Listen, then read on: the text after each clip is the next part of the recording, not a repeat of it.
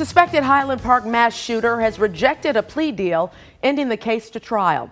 Families of victims and survivors packed the courtroom, hoping today would be the start of justice. And WGN's Courtney Spinelli is joining us live from Waukegan at the Lake County Courthouse with reaction to this morning's news. Courtney?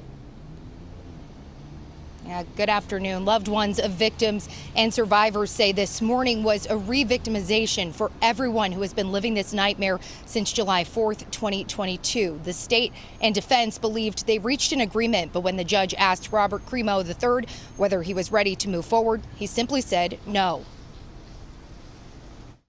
He is evil and manipulative and brought us here today probably knowing what he was going to do. A stunning turn of events, leaving many family members of victims, survivors, and their attorneys in disbelief. Enough harm has been done, and it's extremely unnerving that somebody can be this cruel. Prosecutors accuse Robert Crimo III of opening fire on the Highland Park parade nearly 2 years ago, killing 7 people and wounding 48 others. The 23-year-old is charged with 117 felony counts, more than 60 of which would have been dropped with the deal. Crimo would have pleaded guilty to 7 counts of murder and 48 counts of aggravated battery with a firearm, 1 count for each victim he allegedly killed or wounded. It will be 2 years, and all I wanted was to be able to fully grieve my mom.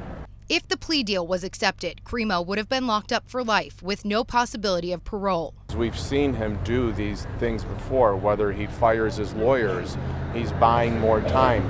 He enjoyed the theater today.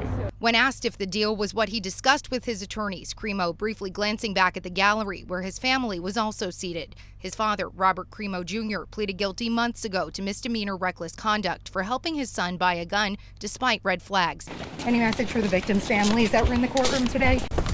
None at this time. He's up there looking at us now, telling us right now just to be patient. 69-year-old Eduardo Uvaldo, one of the victims killed. His daughter says they were cautiously optimistic about the plea deal, knowing it not happening was always a possibility. This man who was living the American dream, he died the American nightmare.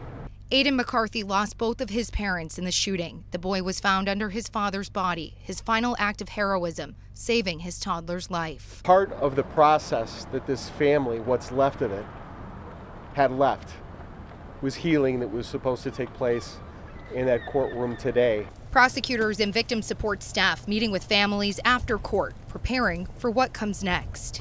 We'll continue to support them. We will be ready for trial.